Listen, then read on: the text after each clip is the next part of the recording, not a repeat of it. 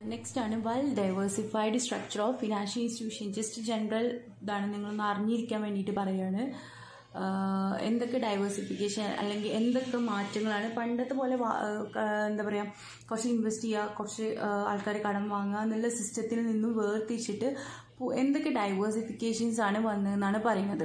അതിൽ ഫസ്റ്റ് വണ്ണാണ് financial institutions. Financial institutions എന്ന് പറഞ്ഞു കഴിഞ്ഞാൽ ഡിഫറെൻറ്റ് ഡെവലപ്ഡ് ബാങ്ക്സുകൾ വന്നു. IFSC, ICICI, DBI, SIDBI, അങ്ങനെ ഡിഫറെൻറ്റ് എക്സിം ബാങ്ക്, അങ്ങനെ ഡിഫറെൻറ്റ് ടൈപ്സ് ഓഫ് ബാങ്ക്സുകൾ എന്ത് ചെയ്തു വന്നു. ഇതൊക്കെ ആക്ച്വലി ഇതൊക്കെ എന്തിനു വേണ്ടിയിട്ടാണ്, എന്താ പറയുക, ഡിഫറെൻറ്റ് സ്പെഷ്യലൈസ്ഡ് ആയിട്ടുള്ള സെറ്റപ്പ് അറേഞ്ച്മെൻറ്റ്സ് ആണ് ചെയ്യുന്നത്. അതായത് ഇപ്പോൾ റീഫിനാൻസിങ് ഇൻസ്റ്റിറ്റ്യൂഷൻസ്, അതേപോലെ തന്നെ എന്താണ് കൂടുതൽ അഗ്രികൾച്ചറിനെ ഡെവലപ്പ് ചെയ്യാൻ വേണ്ടിയിട്ട്. പിന്നെ അത്രയും ഹൈലി കോമ്പറ്റീറ്റീവ് ആയിട്ടുള്ള വേൾഡിലാണ് നമ്മൾ ജീവിക്കുന്നത്.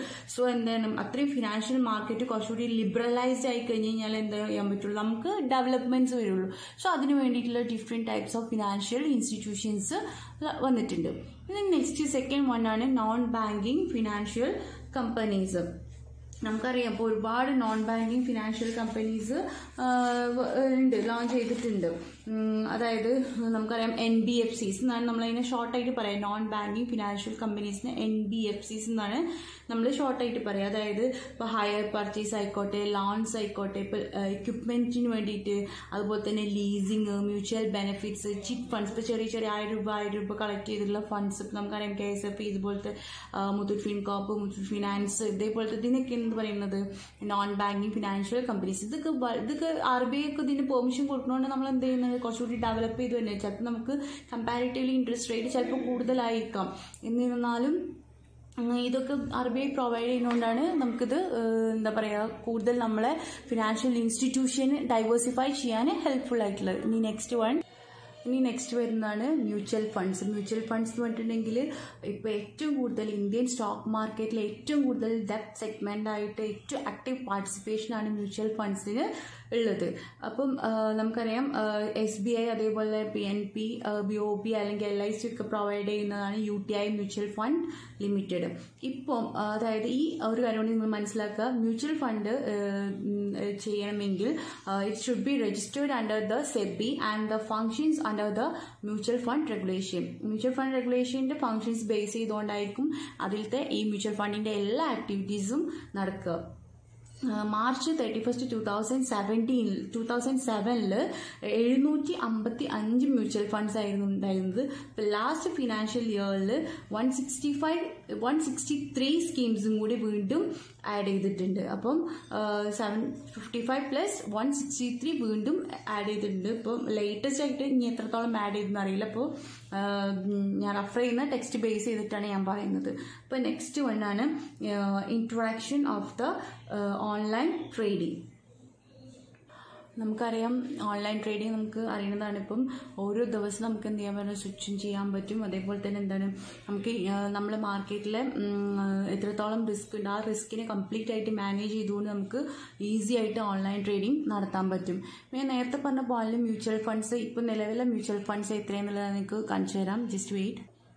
കണ്ടോ, 2500 മ്യൂച്വൽ ഫണ്ട്സോളം വരുന്നുണ്ട്. അതിൽ കണ്ടോ 44 AMFI, അതായത് association of mutual funds in India register ചെയ്തിട്ടുണ്ടെന്നാണ് പറയുന്നത്. ഇപ്പോൾ ലേറ്റസ്റ്റ് ആയിട്ടുള്ള റിപ്പോർട്ടാണ് ഇത്. ജസ്റ്റ് നിങ്ങളൊരു ബേസിക് നോളജിന് വേണ്ടിയിട്ട് ഞാൻ പറയും. പിന്നെ അതേപോലെ തന്നെ നെക്സ്റ്റ് വണ്ണാണ് growth of service sector. Service sector എന്ന് പറഞ്ഞിട്ടുണ്ടെങ്കിൽ ഡിഫറെൻറ്റ് ആക്ടിവിറ്റീസ് വരുന്നുണ്ട്. അതായത് trade, hotels, restaurants, transport, storage and communication. അതുപോലെ ഇതൊക്കെ എന്ത് ചെയ്തു, ഡെവലപ്പ് ചെയ്തു. പണ്ടുള്ള കാലഘട്ടം പോലെയല്ല, ഇതൊക്കെ എന്ത് ചെയ്തു, ഇപ്പോൾ ഹൈലി ഡെവലപ്ഡ് ആയിട്ട് വന്നു. അതുപോലെ തന്നെ എക്സ്പോർട്ട്, എല്ലാ ഫെസിലിറ്റീസും എന്ത് ചെയ്യുന്നുണ്ട്, ഇപ്പോൾ ബാങ്ക് ത്രൂ ആയാലും അതേപോലെ ഫിനാൻഷ്യൽ സിസ്റ്റം ത്രൂ നമുക്ക് ഈസിലി അവൈലബിൾ ആവുന്നുണ്ട് അല്ലേ. നമുക്ക് ഹോട്ടൽ ബുക്ക് ചെയ്യണമെങ്കിൽ നമുക്ക് ഓൺലൈനായിട്ട് ബുക്ക് ചെയ്ത് നമുക്ക് പോകാം. ട്രാൻസ്പോർട്ടേഷൻ, അതായത് നമുക്ക് എവിടെയെങ്കിലും യാത്ര ചെയ്യണമെങ്കിൽ നമുക്ക് ബുക്ക് ചെയ്തിട്ട് പോകാം. എല്ലാ കാര്യങ്ങളും നമുക്ക് എന്താണ് ഈസിലി അവൈലബിൾ ആയിട്ട് അത്രയും ഹൈലി ഡെവലപ്ഡ്. ഇനി ഈ ചാപ്റ്ററിലെ ലാസ്റ്റ് ടോപ്പിക്കാണ് നെക്സ്റ്റ് വണ്ണാണ് വീക്ക്നെസ്. ഞാൻ പറഞ്ഞ പോലെ തന്നെ ലാസ്റ്റ് ടോപ്പിക്കാണ് വീക്ക്നെസ് അല്ലെങ്കിൽ limitations of Indian financial system. നോട്ടിൽ എഴുതുന്ന സമയത്ത് ഈ IFS എന്നൊന്നും പറഞ്ഞ് എഴുതി കഴിഞ്ഞാൽ നിങ്ങൾക്ക് പിന്നെ എക്സാമിന് വായിക്കുന്ന സമയത്ത് മനസ്സിലാവില്ല. അതുകൊണ്ട് ഫുള്ളായിട്ട് തന്നെ എഴുതുക ഇന്ത്യൻ ഫിനാൻഷ്യൽ സിസ്റ്റം എന്ന്. അതിൽ ഫസ്റ്റ് വണ്ണാണ് lack of financial lack of institutional investors. Institutional ഇൻവെസ്റ്റേഴ്സിൻ്റെ എന്താണ് കുറവാണ്. അതായത് ഈ പ്രൈവറ്റ് ഇൻസ്റ്റിറ്റ്യൂഷൻസിലൊക്കെ ഇൻവെസ്റ്റ് ചെയ്യാൻ സ്വാഭാവികമായിട്ട് ഇൻസ്റ്റിറ്റ്യൂഷണൽ ഇൻവെസ്റ്റേഴ്സ് കുറച്ച് മടിയായിരിക്കും. അത് എന്താണ് അവർക്ക് ഇൻവെസ്റ്റ്മെൻറ്റിന് കുറവായിരിക്കും. അതായത് പ്രൈവറ്റൈസേഷൻ പ്രോഗ്രാംസ് ഒക്കെ നമ്മൾ കുറേ ഇൻഹിബിറ്റ് ചെയ്യേണ്ടി വരും അവർ ഇൻവെസ്റ്റ് ചെയ്യണമെങ്കിൽ. അവർ എപ്പോഴും ഒരു ഡിസ്ഇൻവെസ്റ്റ്മെൻറ്റ് മെൻറ്റാലിറ്റി ആയിരിക്കും പ്രൈവറ്റ് സെക്ടറിലേക്ക് കൂടുതൽ വരിക. ഈ ആക്ച്വലി ഈ പ്രൈവറ്റ് സെക്ടറിൻ്റെ ഇൻട്രൊഡക്ഷൻ എന്ന് പറഞ്ഞിട്ടുണ്ടെങ്കിൽ അതായത് ഈ ഇൻഷുറൻസ് കമ്പനീസും പെൻഷൻ ഫണ്ട്സൊക്കെ ഇൻട്രൊഡ്യൂസ് ചെയ്യുമ്പം ഈ ക്യാപിറ്റൽ മാർക്കറ്റിൽ ഈ ഡിഫിക്കൽട്ടീസ് കുറേ ഒഴിവാക്കാൻ സാധിക്കും. അപ്പം കൂടുതൽ നമ്മൾ ഇൻഷുറൻസ് കമ്പനീനെ അതുപോലെ പെൻഷൻ ഫണ്ട്സിനൊക്കെ നമ്മൾ കൂടുതലായിട്ട് എന്ത് ചെയ്യുന്നില്ല, ഇൻവെസ്റ്റ്മെന്റ് ചെയ്യാനുള്ള കുറവ്. അതാണ് ലാക്ക് ഓഫ് ഇൻസ്റ്റിറ്റ്യൂഷണൽ ഇൻവെസ്റ്റേഴ്സ് പറയുന്നത്. നെക്സ്റ്റ് വൺ ആണ് lack of coordination between different financial intermediaries. അതായത് പല ഇൻ്റർമീഡിയറീസ് നമ്മൾ നേരത്തെ പറഞ്ഞു കഴിഞ്ഞതാണ്, ഗവൺമെൻറ് ഓൺഡ് ഉണ്ടായിരിക്കും, സ്പോൺസേഡ് ഇൻസ്റ്റിറ്റ്യൂഷൻസ് എല്ലാം ഉണ്ടായിരിക്കും. അപ്പോൾ എന്താണ് ഈ ഒരുപാട് ഇൻസ്റ്റിറ്റ്യൂഷൻസ് ഉണ്ടാകുമ്പോൾ അതിൻ്റെ ആ ഒരു എന്താ പറയുക കുറേ മൾട്ടിപ്ലിസിറ്റി വരികയാണ്. അതായത് ഒരുപാട് ഇൻസ്റ്റിറ്റ്യൂഷൻസ് വരുമ്പോൾ ഇവർ തമ്മിലൊരു കോർഡിനേഷൻ എന്തായിരിക്കും കുറവാവാനുള്ള സാധ്യത ഉണ്ട്. സ്വാഭാവികമായിട്ടും അങ്ങനെ വരുന്ന സമയത്ത് എന്താണ് ഗവൺമെൻറ്റാണ് ശരിക്കും അത് കൺട്രോൾ ചെയ്യേണ്ടത്. അങ്ങനെ ഒരുപാട് ഇൻസ്റ്റിറ്റ്യൂഷൻസ് വരുന്ന സമയത്ത് എന്ത് ചെയ്യുന്നു, ഈ കൺട്രോളിങ്ങിൻ്റെ ചില ഡിഫിക്കൽട്ടീസ് ഇതൊക്കെ വരികയാണെങ്കിൽ പോലും ഇവർ തമ്മിലുള്ള കോർഡിനേഷന് കുറവാണ്. പിന്നെ നെക്സ്റ്റ് വൺ ആണ് lack of emergence of financial corporation. അതായത് ഈ ഇന്റർനാഷണൽ ലെവലിലൊക്കെ ശരിക്കും അവർ ഏറ്റവും കൂടുതൽ ഈ ഫിനാൻഷ്യൽ ഡെവലപ്മെന്റ് വരാനുള്ള കാരണം എന്താ വെച്ച് കഴിഞ്ഞാൽ അവർ ഡിഫറെൻറ്റ് സെഗ്മെന്റ്സ് എന്ത് ചെയ്തു, ഡിഫറെൻറ്റ് സെഗ്മെന്റ് ആയിട്ടുള്ള ഫിനാൻഷ്യൽ അതേപോലെ തന്നെ ക്യാപിറ്റൽ മാർക്കറ്റ്സ് ഒക്കെ കുറേ കോർപ്പറേഷൻസ് സ്റ്റാർട്ട് ചെയ്തു. പക്ഷേ നമ്മൾ ഇന്ത്യൻ റെഗുലേറ്ററി സിസ്റ്റത്തിൽ എന്ത് ചെയ്തു, അത്തരത്തിലുള്ള ഡെവലപ്മെന്റ്സ് ഇനിയും ആയിട്ടില്ല. ഇനി ആയി വന്നു കഴിഞ്ഞ് കഴിഞ്ഞാൽ എന്താവുള്ളൂ, നമ്മളെ ഫിനാൻഷ്യൽ സിസ്റ്റം ഒന്നും കൂടി ഹൈ ലെവലിലെത്തുള്ളൂ. ബിക്കോസ് നമുക്കറിയാം അത്രയും കോമ്പറ്റീറ്റീവ് വേൾഡിലാണ്. അപ്പോൾ ഇന്ത്യൻ ഇൻസ്റ്റിറ്റ്യൂഷനും ആ ഒരു കോമ്പറ്റീറ്റീവ് വേൾഡിൽ ഇതാക്കാൻ വേണ്ടിയിട്ട് അത്തരത്തിലുള്ള കോർപ്പറേഷൻസ് ഇനിയും എമേർജ് ചെയ്യാനുണ്ട്. അത് കുറവാണെന്നാണ് പറയുന്നത്. അടുത്താണ് ഡോമിനൻസ് ഓഫ് മോണോപ്പൊളീസ്. നമുക്കറിയാം ഏത് ഇൻഷുറൻസ് പറഞ്ഞാലും നമ്മൾ ചിലപ്പോൾ എടുത്തോളണമെന്നില്ല. നമ്മൾ ലൈഫ് ഇൻഷുറൻസ് പറയുമ്പോൾ നമ്മൾ എന്ത് ചെയ്യും, അത് ഭയങ്കര പെർഫെക്റ്റ് ആണ് അല്ലെങ്കിൽ അതിലൊരു പ്രശ്നവും വരില്ല എന്ന് പറഞ്ഞിട്ട് അത് അത്തരത്തിലുള്ള ചില സ്ഥാപനങ്ങൾ എന്ത് ചെയ്തു, അവരെ ആ ഒരു ആധിപത്യം പിടിച്ചടക്കി കഴിഞ്ഞു. അതാണ് ഡോമിനൻസ് ഓഫ് മോണോപ്പൊളീസ്. പിന്നെ നെക്സ്റ്റ് വൺ ആണ് lack of integration of the segments of the financial system. അതായത് പല സെഗ്മെന്റ്സും ഉണ്ട്. പക്ഷെ ഞാൻ നേരത്തെ പറഞ്ഞതാണ് പല സെഗ്മെന്റ്സ് ഉണ്ട്. ക്യാപിറ്റൽ മാർക്കറ്റ്, മണി മാർക്കറ്റ്, ഇത്തരത്തിലുള്ള അല്ലെങ്കിൽ ബുള്ളിയൻ മാർക്കറ്റ്സ്, ഇവരൊക്കെ തമ്മിൽ എന്ത് ചെയ്യണം, ഒരു ഇന്റഗ്രേഷൻ വരണം. അതായത് ഒന്നിച്ച് നിൽക്കണം, ഒരു കോർഡിനേഷൻ അല്ലെങ്കിൽ ഒരു ഇന്റഗ്രേറ്റഡ് ആയിരിക്കണം. ഈ ബെനിഫിറ്റ്സ് ഒക്കെ ഇതിന്റെ ഈ ഒരു ഇവർ ഇന്റഗ്രേറ്റ് ചെയ്ത് കഴിഞ്ഞാൽ ഫിനാൻഷ്യൽ സിസ്റ്റത്തിന് മൊത്തത്തിൽ ബെനിഫിറ്റ്സും മൊത്തത്തിലൊരു ഡെവലപ്മെന്റും ഗ്രോത്തും ഉണ്ടാവും എന്നുള്ളതിനെ കുറിച്ചുള്ള തിരിച്ചറിവ് ഉണ്ടായിട്ട് ഇവർ തമ്മിൽ എല്ലാ സിസ്റ്റംസും തമ്മിൽ എല്ലാ സെഗ്മെന്റ്സും തമ്മിലൊരു ഇന്റഗ്രേഷൻ ഉണ്ടാവണം. അത് കുറവാണെന്നാണ് നമ്മൾ ഇന്ത്യൻ ഫിനാൻഷ്യൽ സിസ്റ്റത്തിലുള്ള ഒരു ഡിമെറിറ്റ് അല്ലെങ്കിൽ ലിമിറ്റേഷൻ പറയുന്നത്. നെക്സ്റ്റ് വൺ ആണ് ഡോമിനൻസ് ഓഫ് ഡെവലപ്മെന്റ് ബാങ്ക്സ്. പല ഡെവലപ്മെന്റ് ബാങ്ക്സിന്റെ ഡോമിനൻസ് വരുന്നുണ്ട്. അതായത് ഇപ്പൊ ക്യാപിറ്റൽ മാർക്കറ്റ് ആയിക്കോട്ടെ അല്ലെങ്കിൽ ഇൻഡസ്ട്രിയൽ ഫിനാൻസിങ്, ഇവിടെയൊക്കെ എന്താണ് കൂടുതലായിട്ട് സേവിങ്സ്, അതായത് ആളുകളെ സേവിങ്സ് എന്ത് ചെയ്യുന്നില്ല, കൂടുതലായിട്ട് ഒരു ഡെവലപ്പ് ചെയ്യാൻ അവർക്ക് സാധിക്കണില്ല.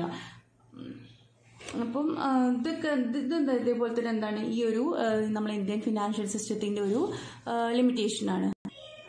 നെക്സ്റ്റ് വൺ ആണ് dominance of public sector firms. നമുക്കറിയാം പബ്ലിക് സെക്ടർ ആയിട്ടുള്ള ഫേംസിലേക്ക് നമ്മൾ കൂടുതൽ എന്ത് ചെയ്യുക, അവർക്കായിരിക്കും കൂടുതൽ ഇമ്പോർട്ടൻസ് കൊടുക്കുക. പ്രൈവറ്റ് സെക്ടേഴ്സ് നമ്മൾ തീരെ ഇമ്പോർട്ടൻസ് കൊടുക്കില്ല. അതേപോലെ തന്നെ മാർക്കറ്റ് ഇറഗുലാരിറ്റീസ്, ചില തരത്തിലുള്ള ഫ്രോഡ്ലൈൻഡ് ആയിട്ടുള്ള ആക്ടിവിറ്റീസ് അല്ലെങ്കിൽ ഇത്തരത്തിലുള്ള പലതും ഡിറ്റക്ട് ചെയ്തിട്ടുണ്ട്, പണിഷ് ചെയ്തിട്ടുണ്ട്, അങ്ങനത്തെ ഒക്കെ വരുന്ന സമയത്തും എന്ത് ചെയ്യാണ്ട് അതൊക്കെ നമ്മളെ പല തരത്തിലും എഫക്ട് ചെയ്യും. ഇപ്പോൾ സ്റ്റോക്ക് മാർക്കറ്റിലാണെങ്കിലും അങ്ങനെയൊക്കെ പല സംഭവങ്ങളും നടന്നിട്ടുള്ളത് കൊണ്ട് തന്നെ നമ്മളെ എന്താ പറയുക ഇന്ത്യൻ ഫിനാൻഷ്യൽ സിസ്റ്റം പ്രോപ്പറായി നടക്കാനുള്ള സാധ്യത കുറവാണ്. നെക്സ്റ്റ് വൺ ആണ് neglect for small and new enterprises. പലപ്പോഴും എന്ത് ചെയ്യാൻ പറ്റില്ല, സ്മോൾ ഇൻഡസ്ട്രീസ് അല്ലെങ്കിൽ പുതിയൊരു എന്റർപ്രൈസ് വന്നു കഴിഞ്ഞാൽ അവർക്ക് നമ്മൾ ഇൻവെസ്റ്റ് ചെയ്യാൻ, അവർക്ക് ഫണ്ട് റേസ് ചെയ്യാനൊന്നും എന്താ ചെയ്യില്ല, സപ്പോർട്ട് ചെയ്യില്ല. അങ്ങനെ വരുന്ന സമയത്ത് എന്താണ് ഇന്ത്യൻ ഫിനാൻഷ്യൽ സിസ്റ്റത്തിനെ ഡെവലപ്പ് ചെയ്യാനുള്ള സാധ്യതകൾ കുറവാണ്. ദെൻ ലാസ്റ്റ് വൺ ആണ് problems with multiple regulatories in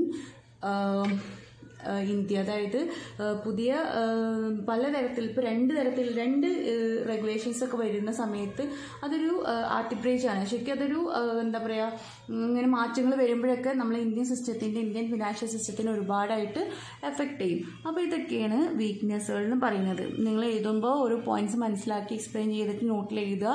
text ഇല്ലാത്തതാവുമ്പം നന്നായിട്ട് പഠിക്കുക. ഈ ചാപ്റ്റർ ഇവിടെ കഴിഞ്ഞു. ഓക്കെ, അടുത്ത ദിവസം ഞാൻ ബാക്കി ഡീറ്റെയിൽസ് നിങ്ങൾക്ക് വാട്സാപ്പിൽ പറയാം, എക്സാമും കാര്യങ്ങളും.